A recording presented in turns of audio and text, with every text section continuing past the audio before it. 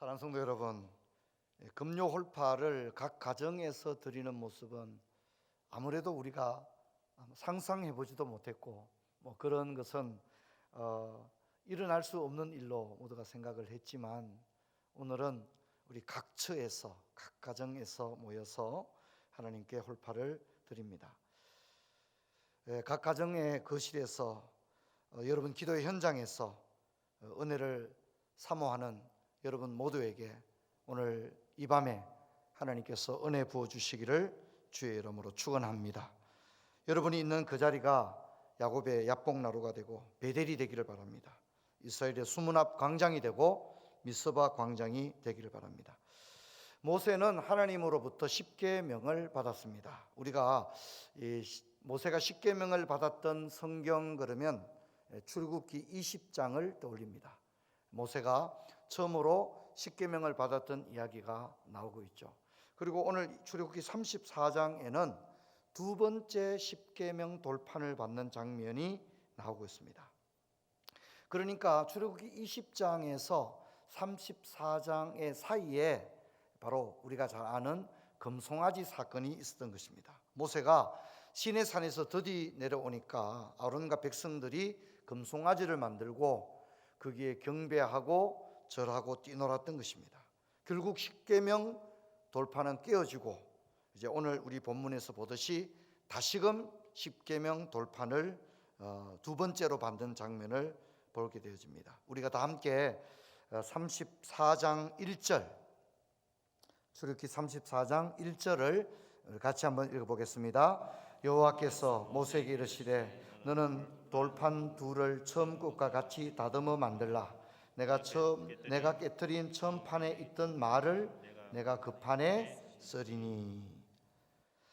하나님께서 이 세상을 창조하시고 그 모든 삼라만상의 모든 피조들로부터 하나님의 영광을 받습니다. 그런데 하나님께서 사명, 즉 하나님의 미션을 부여한 것은 바로 인간입니다. 그래서 사람을 일컬어 만물의 영장이라 그렇게 말합니다. 이것이 사람과 짐승의 차이점입니다. 특별히 사람은 하나님의 형상을 따라 지음을 받았습니다. 그래서 하나님의 속성이 우리 가운데 있다는 겁니다. 가령 진선미와 같은 것, 그래서 하나님에게도 있고 하나님의 형상을 따라 지음받은 우리들에게도 있는 것입니다. 이것을 우리가 공유적 속성이다 이렇게 말합니다.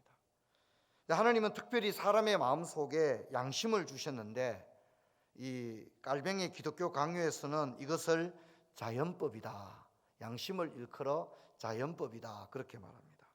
그래서 그는 우리에게 내면의 법에 의해서 어느 정도 가르쳐지는데 이것은 각 사람의 마음에 기록되고 새겨져 있다 이렇게 양심을 표현을 했습니다. 하지만 우리의 양심, 자연법만으로는 하나님을 올바르고 참되게 섬기기에는 뭔가 부족함이 있습니다. 그래서 깔뱅은 이렇게 말합니다. 이 자연법으로는 간신히 어떤 섬김이 하나님을 기쁘게 하는지에 대해 아주 작은 맛을 볼 수 있을 뿐이다. 최소한 인간은 그것이 올바른 지식으로부터 너무나 멀리 떨어져 있다.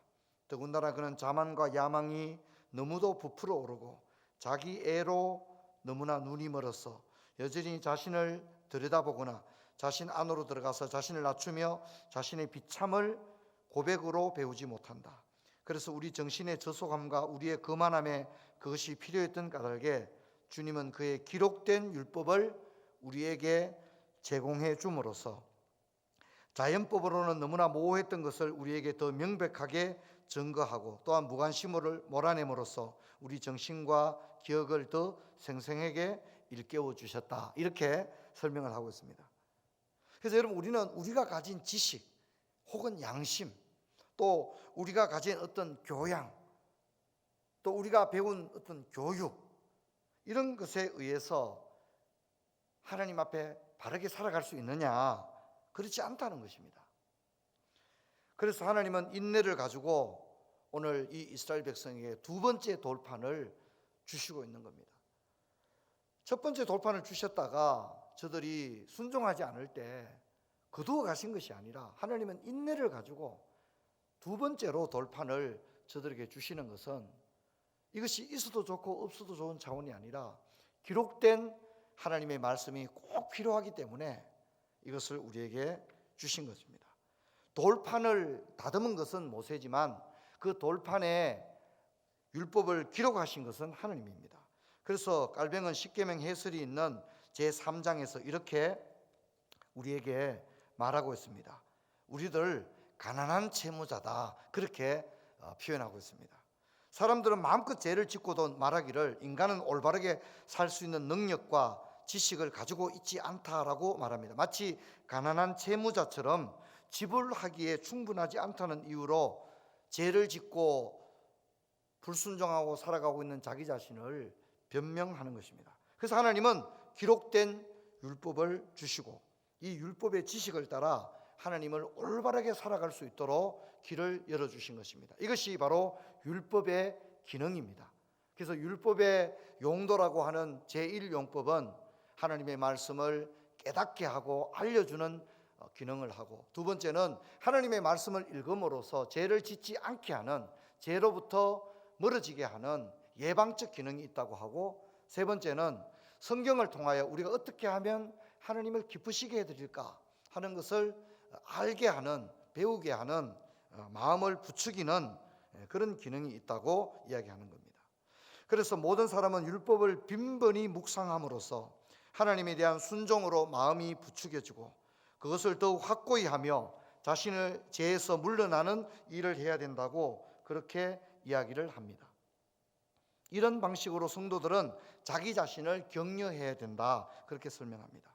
여러분, 우리가 출애굽기 34장 28절을 우리 같이 한번 읽어보겠습니다. 34장 28절입니다. 모세가 여호와와 함께 40일 40야를 거기 있으면서 떡도 먹지 아니하였고 물도 마시지 아니하였으며 여호와께서는 언약의 말씀 곧 십계명을 그 판에 기록하셨더라. 이 40일은 돌판에 십계명을 기록하는 데 걸린 시간이라고 보기보다는 이 돌판에 말씀을 기록하는 일이 얼마나 중요한 일이었는가 하는 것을 우리에게 보여주고 있습니다. 이것은 매우 중요한 일이고 모세가 그냥 택배 받아서 가져오는 그런 수준이 아니라 모세는 이 말씀의 수여자로서 이것을 받으면서 뿐만 아니라 이 말씀에 충만해야 했습니다. 그래서 그는 물도 떡도 거부한 채 오직 말씀에만 40일 40야를 오직 집중했던 것입니다. 그래서 그 결과 어떻게 되었습니까? 우리가 34장 29절을 우리 같이 한번 읽어보겠습니다. 모세가 그 증거의 두 판을 모세의 손에 들고 시내산에서 내려오니 그 산에서 내려올 때 모세는 자기가 여호와와 말하였으므로 말미암아 얼굴 피부에 광채가 나나 깨닫지 못하였더라, 그렇게 이야기합니다. 모세의 얼굴에 광채가 났다는 말은 30절과 35절에도 반복해서 나오고 있습니다. 모세는 얼굴을 수건으로 가려야 될 정도로 빛이 났습니다. 여러분, 이것은 말씀의 영광을 보여줍니다. 말씀이 이렇게 놀라운 것입니다. 여러분, 우리 모두가 하나님의 말씀에 붙들릴 수 있기를 바랍니다. 물도 떡도 거부한 채 40일 40야를 하나님과 대화를 나누고 하나님의 말씀을 기록하는 것을 옆에서 지켜보았던 모세의 그 거룩과 성결, 경건의 결과는 얼굴에 광채가 나는 것으로 외형적으로 드러났던 것입니다. 여러분, 다니엘과 그의 친구들도 바벨론의 왕실 행정학교에 있을 때에 포도주를 먹고 단백질이 가득한 그런 육류를 먹으면서 그렇게 살지 않았습니다. 그들은 검소한 채식 위주의 검소한 식단을 선택하고 오히려 그 시간에 하나님의 말씀과 기도에 집중했던 것입니다. 그랬을 때 그들의 얼굴이 환관장들이 보기에 결코 얼굴이 마르거나 영양이 결핍돼 보인 것이 아니라 그들의 얼굴이 건강하게 보였고, 그들의 피부만 건강한 것이 아니라 그 결과 그들은 다른 그 어떤 사람들보다 지혜가 10배나 뛰어난 놀라운 결과를 가져온 줄로 믿습니다. 이것이 중요한 것입니다. 그래서 예수님은 부활하신 후 40일 동안 제자들에게 말씀을 다시 생각나게 하시고 다시 가르쳐 주시고 흐트러진 제자들의 믿음을 40일 동안 다시 한번 경고케 하는 그런 사역을 하셨습니다. 여러분, 우리는 오순절 성령만을 강조하기 쉽습니다. 오순절 성령을 받아가지고 제자들이 저렇게 잘했다, 물론 그런 면이 없지는 않지만 그 이전에 40일 동안 우리 주님이 성천하시기 전까지 제자들을 향하여 때로는 꾸짖기도 하고, 왜 믿지 못하느냐 이렇게 꾸짖기도 하고, 또 믿지 못하는 이들에게는 자신의 부활의 흔적을 보여주시면서까지 제자들의 믿음을 뜨겁게 하신 줄로 믿습니다. 그렇게 했을 때 그들이 하나님의 사명을 감당할 수 있는 그런 길이 열린 것입니다. 사랑하는 성도 여러분, 말씀을 맺고자 합니다. 여러분, 우리 교회가 복음에 강한 교회로, 또 제자 훈련을 통해서 주님을 따르는 진정한 살아있는 이 시대의 제자들이 되어지기를 주의 이름으로 축원합니다. 그러기 위해서는 하나님의 말씀 없이는 안 됩니다. 물론 저와 여러분의 얼굴이 모세의 얼굴처럼 이렇게 빛나는 거, 여러분, 그게 얼마나 어려운 일이겠습니까?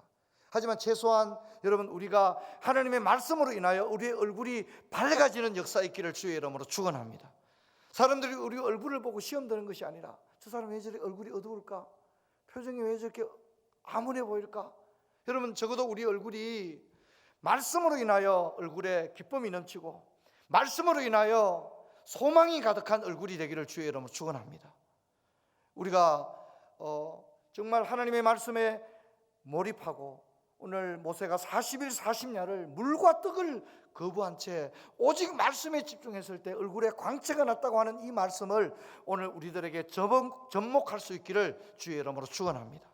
그래서 올 한 해 고난이 있고 어려움이 있을 때 여러분, 우리가 말씀을 붙들어서 우리 모두가 이 힘든 시대를 말씀으로 이겨내는 그런 은혜가 있기를 주의 이름으로 축원합니다.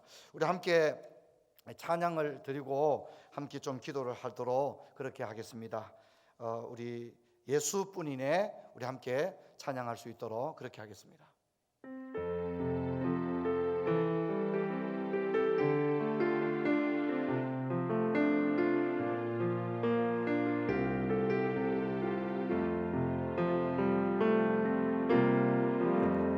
은혜 아니면 살아갈 수가 없네. 보험마저도 나 주의 것이니, 세상 평안과 위로 내게 없어도 예수, 오직 예수뿐이네. 은혜 아니면 살아갈 수가 없네. 은혜 아니면 살아갈 수가 없네. 보험마저도 다 주의 것이니,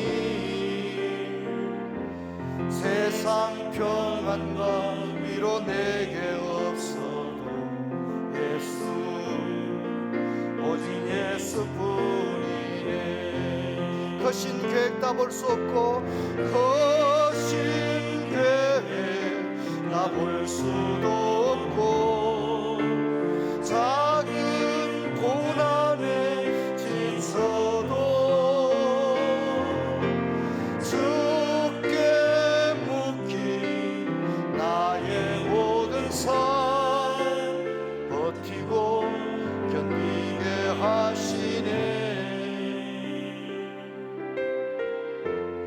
은혜 아니면 살아갈 수가 없네. 나의 모든 것 다 주께 맡기니, 참된 평안과 위로 내게 주신 주 예수, 오직 예수뿐이네. 우리 함께 한번 기도할 때 몇 가지 제목을 가지고 우리 함께 한번 기도합시다. 먼저는 코로나19로 인해서 참 어렵습니다. 근데 여러분, 우리가 이 어려움만 바라보기 이전에 이 땅을 바라보시면서 탄식하시는 하나님 아버지의 마음을 생각합시다. 여러분, 우리가 회개하고 돌이키면 하나님께서 이 땅을 고치실 줄로 믿습니다. 우리의 교만과 탐욕들, 감사를 감사로 알지 못하고 입술의 찬송과 고백을 잊어버린 채 세상에 썩어질 것을 추구하며 살았던 우리 자신을 바라봅시다. 여러분, 우리가 하나님 앞에서 우리가 얼마나 교만했던가, 우리가 얼마나 탐욕적인 사람들이었던가를 회개하면서 하나님, 나를 고쳐주옵소서, 이 땅을 고쳐주옵소서, 우리가 그렇게 기도합시다. 여러분, 특별히 우리 대구 땅에 얼마나 극심한 고통이 몰아닥쳤습니까? 모든 것이 중단되었습니다. 여러분, 우리가 대구에 사는 우리들이 무슨 불평할 것이 아니라 우리가 죄를 무릅쓰고 하나님, 우리를 용서하여 주옵소서, 내가 죄인입니다, 내가 잘못했습니다, 하나님 나를 용서하여 주옵소서, 우리가 먼저 그렇게 기도했으면 좋겠습니다. 우리 함께 기도할 때 하나님, 이 나라 이 민족을 용서해 주시고 대구 땅을 용서해 주시고 우리를 용서하여 주시고 우리가 죄를 무릅쓰고 회개하며 하나님 앞에 나갈 때 이 땅을 고치시고 회복시켜 주시옵소서. 우리 함께 한번 기도하겠습니다. 하나님, 은혜와 사랑을 감사합니다.